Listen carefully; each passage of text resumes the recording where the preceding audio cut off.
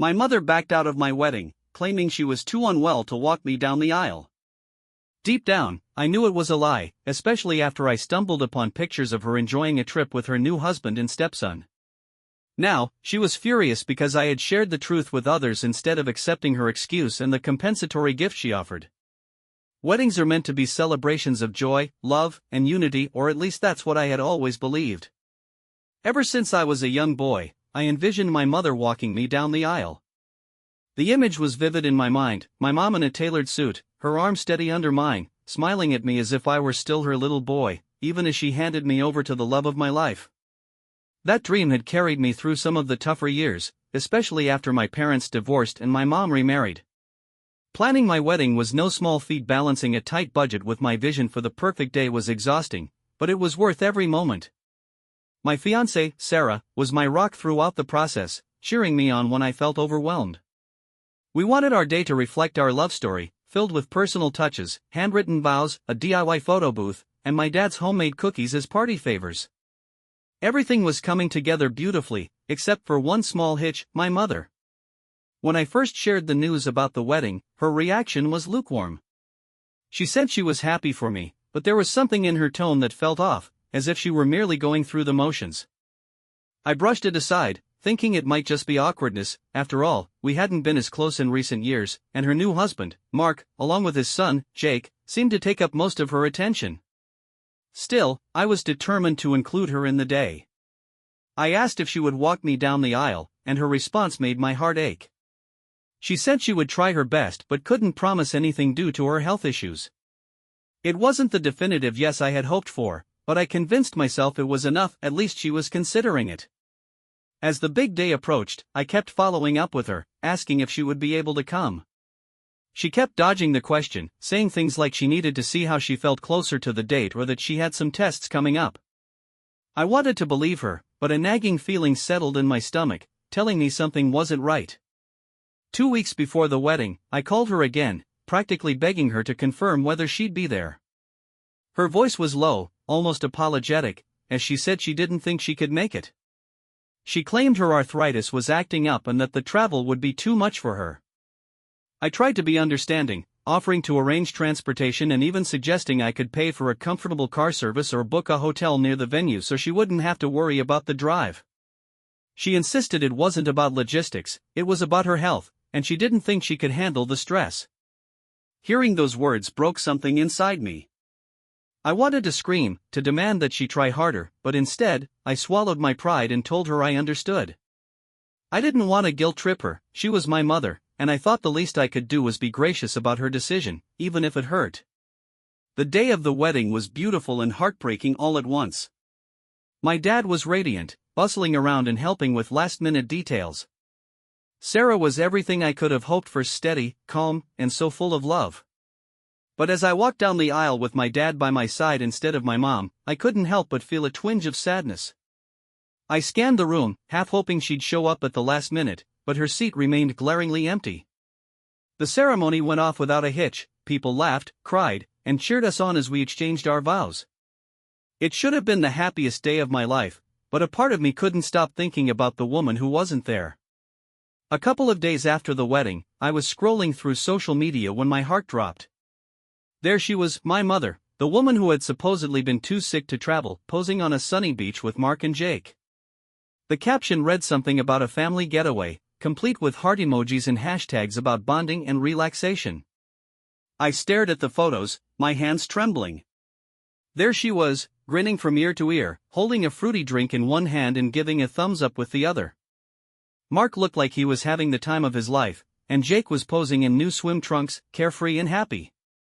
It wasn't just one photo, there were dozens of pictures of them on a yacht. The pain was sharper, the kind that sank deep into my bones and refused to let go.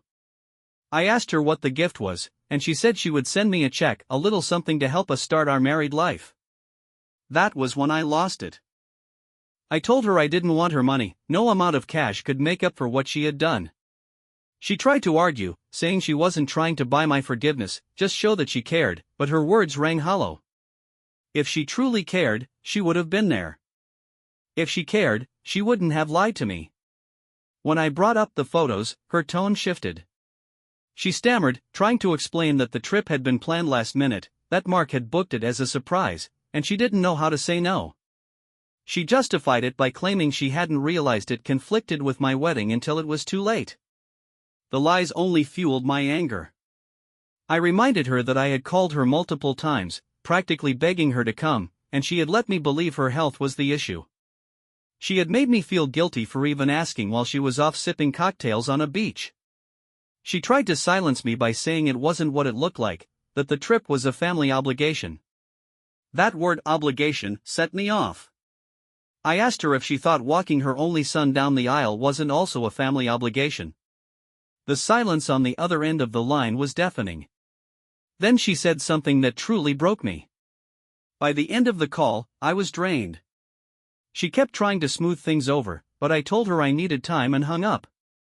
The check arrived a few days later, tucked into a Hallmark card with a generic message about love and happiness. There was no personal note, no heartfelt apology, just a dollar amount that felt more like an insult than a gesture of goodwill. Sarah asked what I wanted to do with the money. She suggested we could put it towards something useful, like paying off a bill or saving for a future trip, but I couldn't bring myself to cash it. Every time I looked at the check, a wave of anger and sadness washed over me. To me, it wasn't a gift, it was a bribe, a way for her to absolve herself without actually taking responsibility. I decided to return it. I wrote a short letter explaining why, careful to keep my words measured. I didn't want to lash out or say something I couldn't take back. I simply told her that what I needed wasn't money, it was her presence, her support, and her honesty. Since she couldn't give me those things, I couldn't accept her check. Sending that letter felt like reclaiming a small piece of my power. I didn't expect her to respond, and she didn't. For a while, things were quiet. I threw myself into married life, focusing on building a home with Sarah and finding joy in the little moments. But the hurt lingered, a dull ache that refused to fade. The real fallout came a week later. My uncle, who had always been close to my mom, asked why she hadn't been at the wedding. I told him the truth. I didn't embellish or exaggerate, I simply stated the facts. Words spread quickly. Relatives started calling me, offering their support and expressing their outrage. Some even confronted my mom, demanding to know how she could do such a thing. She wasn't happy about it. She called me, furious, accusing me of airing our family's dirty laundry. She said I should have kept it private, that I was being vindictive by sharing what happened. I told her I wasn't responsible for protecting her reputation, especially when her actions were the problem. I reminded her that I had given her every opportunity to make things right, and she had chosen to lie and avoid accountability. The conversation ended with her saying she needed time to think. I knew I couldn't change the past, and I couldn't force my mom to be the woman I wanted her to be. All I could do was set boundaries and protect myself from further hurt. A couple of weeks passed, and it seemed like the storm had calmed. The phone calls from concerned relatives had slowed to a trickle, and Sarah and I were starting to settle into a routine in our new life together. The weight I had been carrying felt a little lighter, and for the first time in what felt like ages, I could breathe without feeling constantly suffocated by the past. But just when I thought I could finally move on, my mother showed up at my doorstep unannounced. It was a Sunday morning. Sarah had gone out for a run, and I was curled up on the couch, reading a book and savoring the quiet solitude. The doorbell rang, breaking the silence. My heart sank before I even opened the door. When I deflected her, trying to share the blame with everyone but himself. When she finished, she looked at me expectantly, as if waiting for me to absolve her, to tell her that I understood.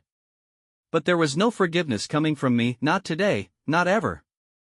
I told her I heard what she was saying, but I needed her to understand something. It wasn't just about the wedding, it was about a pattern of behavior that had persisted for years. She had always put other people ahead of me, Mark, his son, even her own pride. I had tried to make excuses for her, tried to understand, but I couldn't do that anymore.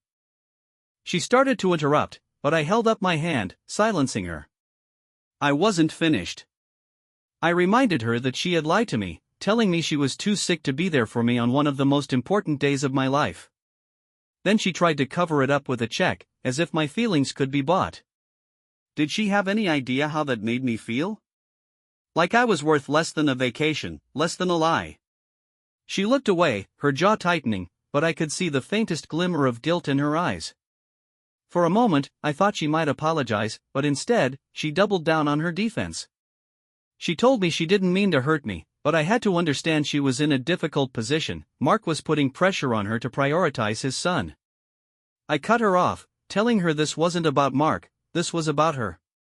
She made a choice, she chose him and his son over me, and she had been doing it for years. She always chose everyone else, and I was always left behind. At some point, she needed to take responsibility for that. The words hung in the air, and for a long moment, she said nothing. I thought maybe she'd finally see the truth, but when she spoke again, her voice was defensive, as if she were the one wronged. She told me she had always tried to do right by me. Maybe she made mistakes, but she was only human. I acted like she was some kind of villain, but she had done the best she could. I shook my head, her best wasn't good enough. If she couldn't see that, then maybe she wasn't ready to have this conversation. She stood up abruptly, her face flushed with frustration. She said she came here to make things right, but it seemed like I wasn't interested in hearing her out. I stood up too, my heart pounding, and told her I had been hearing her out my entire life. All it had gotten me was disappointment. If she wanted to make things right, she had to start by being honest with herself. Until then, there was nothing more to say. She turned and left, slamming the door behind her. When Sarah came home, I told her everything. She listened quietly, nodding, her expression a mixture of sympathy and barely contained anger. She said I had done the right thing and that setting boundaries was crucial, even if it hurt. Her support meant everything to me at that moment. The next day, my uncle called. He told me my mother had gone to his house after leaving mine, unloading all her frustrations. She told him I was being unreasonable, holding a grudge, refusing to let her make amends. A fresh wave of anger hit me. It wasn't enough for her to hurt me, now she was trying to paint herself as the victim. That's when I made a decision, I needed to take control of the narrative. I posted in the family group about the fallout. My mother was furious when she found out, but at that point, I didn't care anymore. I was done letting her control this story. I laid it all out, every lie, every excuse, every broken promise. I told them about the wedding, the fake health issues, the photos, and the check. I explained how her actions had made me feel and why I had chosen to set boundaries. To my surprise, most of my relatives were supportive. They admitted they had seen how my mother had been prioritizing her new family over me, and they agreed that her actions were hurtful. My mother, of course, was livid. She accused me of trying to turn the family against her, of airing our private issues for everyone to see. But I stood firm. This wasn't about revenge, this was about accountability. She had spent years avoiding it, but I was done enabling that. If she wanted to fix this, she needed to take a hard look at herself. In the days that followed, I received messages from relatives who previously didn't know about the situation, expressing their support. Some even told me they confronted my mother, urging her to make things right. Whether or not she would listen, I didn't know, but the burden was no longer mine to carry. I told him that he had swooped in and tried to take my place, and in doing so, he had stolen more than just my mother's attention, he had stolen the chance at a real family for both of us. I reminded him that he wasn't even my mother's first choice, she had walked away from everything I had once known in favor of this new life, and now he was part of the team that kept her from ever having to face the consequences of her actions. He hadn't just married my mother, he had helped her destroy everything we used to have. I didn't hold back. I told him I had always been the one left in the dust while he was playing house with a woman who had no interest in me. It wasn't even about him anymore, it was about the fact that he and my mother had somehow managed to make me the villain for standing up for myself, for calling out lies, and that was something I could never forgive. Then I went even further. I wasn't about to let him think he had any right to lecture me on what I should feel or how I should handle my mother's actions. I told him with absolute certainty that he would never understand the pain I felt, not until he experienced the same betrayal. I said I hoped that one day his child would feel the same way I did, that they would find themselves standing at a threshold, waiting for their mother to show up, only to have her choose someone else. I wanted him to see how cold and indifferent that felt, to know what it was like to be replaced and to understand what it really meant to have someone you trusted completely walk away from you without a second thought. I told him that only when it happened to him would he understand the magnitude of what my mother had done to me, to us. I meant every word. I wanted him to feel that pain, the same pain that had driven me to this point of no return. The message was long, but there was no hesitation in my heart as I hit send. I didn't care what he thought of me anymore. I had been patient, I had been understanding, and I had been hurt beyond measure. I wasn't about to allow anyone to rewrite this story or act as if I was the one in the wrong, not now, not ever. Sarah, having read the whole thing over my shoulder, nodded quietly. "Well, that should do it," she said. I smiled thinly. Good. He needs to know exactly where I stand. I had made my decision. My mother wasn't welcome in my life anymore. The conversation we'd had, the one where I told her I couldn't do this anymore, had been the final straw. Sarah supported me every step of the way. Weeks passed, and the initial sting of my decision began to fade. I focused on the future, on building a life with Sarah that didn't involve the emotional chaos my mother had brought into it. She tried to call a few times, but I never picked up. She sent a few texts, but I ignored them. I wasn't interested in hearing anything she had to say anymore. It wasn't until 2 months later that I got a call that made my heart skip a beat. It was a number I didn't recognize. Hesitant, I answered. On the other end of the line was Carl, my mother's stepson, her second husband's son from his previous marriage. I hadn't spoken to Carl in years, and to be honest, I wasn't sure if I had any desire to talk to him either. But I couldn't ignore the desperation in his voice as he began speaking. He asked if I knew where his mother was, and I could barely make out his words through the shakiness of his voice. He went on, his words broken, explaining how his mom had suddenly left a month ago. He hadn't heard from her, not really. She'd sent a couple of texts here and there, but nothing substantial. He was frantic, not knowing where she was or what had happened. Then he told me something I wasn't prepared for. This morning, his father had received divorce papers. She hadn't even called, just sent the papers. I couldn't help myself. I let out a sharp, bitter laugh. The absurdity of it all just hit me. After everything, after years of excuses and hurt, she was doing this again. But this time, it wasn't me she was abandoning, it was Carl and his father. As much as I hated to admit it, a small part of me felt satisfaction. Maybe it was the dark humor in it, or maybe it was just the culmination of all the pain she'd caused finally coming full circle. Carl, of course, didn't understand. He heard me laugh and paused, the long silence stretching between us. He didn't know why I was laughing, he couldn't. But I couldn't stop myself from repeating the words my mother had once told me.